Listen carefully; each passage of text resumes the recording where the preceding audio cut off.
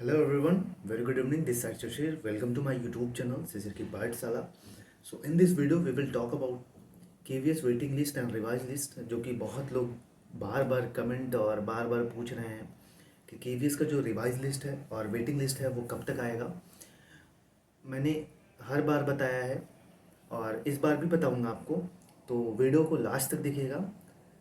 बाकी कोई news information authentic होती है तभी मैं वीडियो बनाता हूँ, नहीं तो फिर वीडियो ऐसे नहीं बनाता व्यूज़ के लिए और इन सब चीज़ों के लिए. लेकिन आप लोगों ने बहुत बार पूछा, बहुत लोगों ने कमेंट किया कि वेटिंग लिस्ट आएगी, रिवाइज लिस्ट आएगी या नहीं आएगी. तो थोड़ा सा डिटेल में बात करेंगे इस वीडियो में, क्योंकि जो अभी तक पूरी चीज़ें डिसाइडेड है और पॉसिबिलिटीज़ है, वो जो अभी केबीएस में जो काम हो रहा है उसी के बेसिस पे डिसाइड हो पाएगा. तो चलिए फ़िलहाल अभी रिसेंटली बात करेंगे कि अभी केबीएस में रिसेंटली चल क्या रहा है. तो केबीएस में मैंने पहले ही बताया कि कॉन्ट्रैक्चुअल टीचर्स के इंटरव्यू हो रहे थे, जो कि अब लगभग मोस्टली जगहों पे केबीएस के जो कॉन्ट्रैक्चुअल्स इंटरव्यू हैं पीआरटी के लिए और टीजीटी के लिए, जिस भी पोस्ट के लिए, लगभग सभी पोस्ट के लिए चल रही थी हायरिंग, वो अब जाके कंप्लीट हो चुका है लगभग मोस्टली जगहों का. तो ये समझ लीजिए इस सेशन के लिए तो पीआरटी वालों के लिए तो इन्होंने ले लिया, हायर कर लिया है. तो इसके बेसिस पे जो मैं कहूँगा आप सभी के सामने कि इनको मोस्टली ये होता है कि अब टीचर की रिक्वायरमेंट उतनी नहीं होती है, क्योंकि ये पूरा सेशन ये लोग जो कॉन्ट्रैक्चुअल टीचर्स होते हैं इनके बेसिस पर ये पूरा सेशन ख़त्म कर देते हैं. क्योंकि इसीलिए ये हायर करते हैं, जो कॉन्ट्रैक्चुअल टीचर्स होते हैं एक एक सेशन के लिए ये लोग हायर करते हैं, पूरा सिलेबस कंप्लीट करा के फिर उनको रिलीव कर देते हैं. तो इसमें पीआरटी के देखेंगे, टीजीटी वाले भी थे और जो अदर पोस्ट के थे, इस बार लगभग हर पोस्ट वालों को इन्होंने हायर किया है. आप किसी भी पोस्ट के लिए देख लीजिए, चाहे पीआरटी हो, चाहे टीजीटी हो, चाहे पीजीटी हो, जेएसए का हो, लैब अटेंडेंट का हो, और हम बात करें तो कंप्यूटर ऑपरेटर का हो, जो भी है, ठीक है, इन्होंने बहुत जल्दी से कॉन्ट्रैक्चुअल जो टीचर्स हैं उनको उनकी हायरिंग कर ली है. तो उनकी हायरिंग कर ली है. अब ये होता है कि वेटिंग लिस्ट कब आती है. वेटिंग और रिवाइज लिस्ट तभी तो आएगी जब वहाँ पे सीट्स अवेलेबल रहती हैं. सीट्स नहीं अवेलेबल रहेंगी तो वो कहाँ से देंगे वेटिंग लिस्ट या रिवाइज लिस्ट, क्योंकि कहीं ना कहीं सीट खाली रहेगी तभी वो आपको हायर करेंगे. पहली चीज़ तो ये हो गई. दूसरी चीज़ पॉसिबिलिटीज़ बात करेंगे कि इनको जो कि केवीएस की अगर प्रॉपर वैकेंसीज आए तो 1-2 साल में हर बार आता है. तो इनको इन फ्यूचर में जो भी वैकेंसीज निकालनी है वो भी निकालनी है इनको. तो ऐसे में जो इनका काम चलना चाहिए. मोस्टली मैं सच बताऊं तो केवीएस अब एकदम ऐसा हो गया है कि बस इनका काम चलना चाहिए और इनका काम पूरा होना चाहिए, बाकी चीज़ों से इनको मतलब नहीं है उतना. तो आप लोगों ने देखा भी होगा जो रिज़ल्ट है अपना. अब ये बताइए, अभी तक जो भी स्टूडेंट्स हैं पीआरटी म्यूज़िक वाले, इन्होंने आरओ के थ्रू अपना रिज़ल्ट जारी कर दिया और किसी स्टूडेंट्स को पता ही नहीं है कि मेरा नहीं हुआ. अब बस जिनका हुआ है, तो इसमें हम ट्रांसपेरेंसी की बात करें तो कैसे ट्रांसपेरेंसी है, ये कैसी ट्रांसपेरेंसी है कि हमारा रिज़ल्ट आ रहा है और वो भी ऑफिशियल वेबसाइट्स पे न पब्लिश होके, जो भी आरओस हैं वो अपनी ऑफिशियल वेबसाइट्स पर भी नहीं पब्लिश कर रहे हैं लिस्ट. आप लोगों ने देखा होगा. और आरटीआई में अगर आप रिप्लाई कर रहे हैं तो उनके थ्रू ये रिप्लाई आ रहा है कि साइट अंडर मेंटेनेंस है, ये इश्यूज़ हैं जिसकी वजह से जो रिज़ल्ट है वो पेंडिंग है. तो ये सारी चीज़ें थी.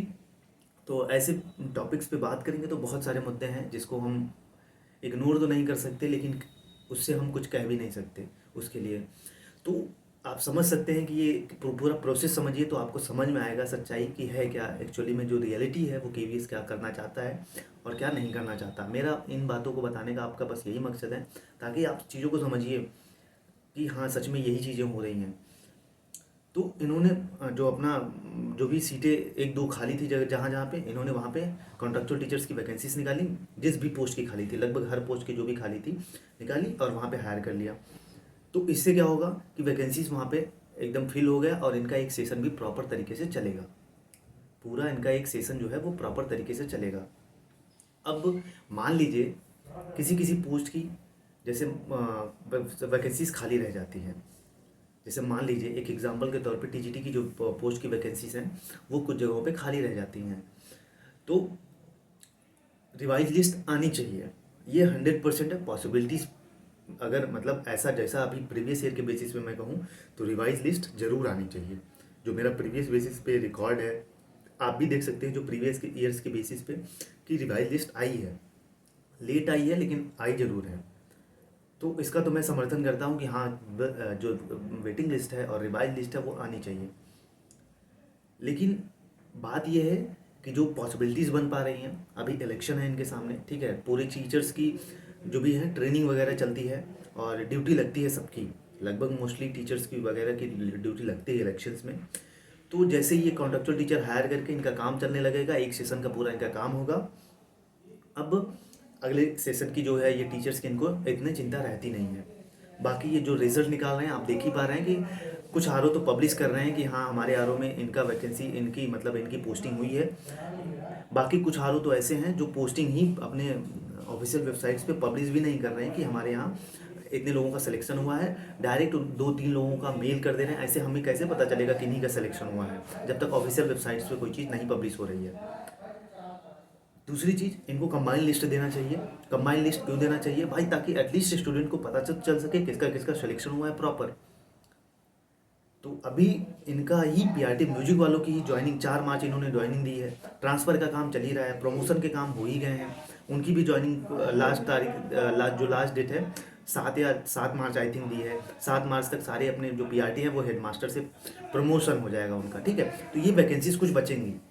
जो पीआरटी वाले हैं वो हेडमास्टर से, अब दूसरी पॉसिबिलिटीज़ जो है मैं बात कर रहा हूँ, पहली पॉसिबिलिटीज़ बात कर दिया कि क्या चल रहा है क्या नहीं चल रहा है और ऐसा हो रहा है।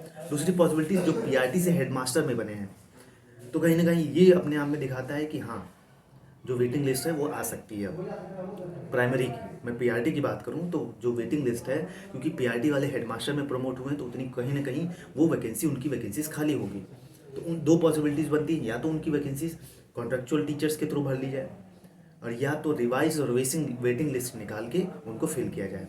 तो मैंने लिस्ट में देखा तो मोस्टली करीबन आप देखेंगे तो नियर अबाउट 100 से 150 टीचर्स, एग्जैक्ट तो डाटा नहीं, एग्जैक्ट डाटा है मेरे पास बट मैं रिकॉल नहीं कर पा रहा हूँ, लगभग 100 से 120 लोग हैं जिनका प्रमोशन हुआ है।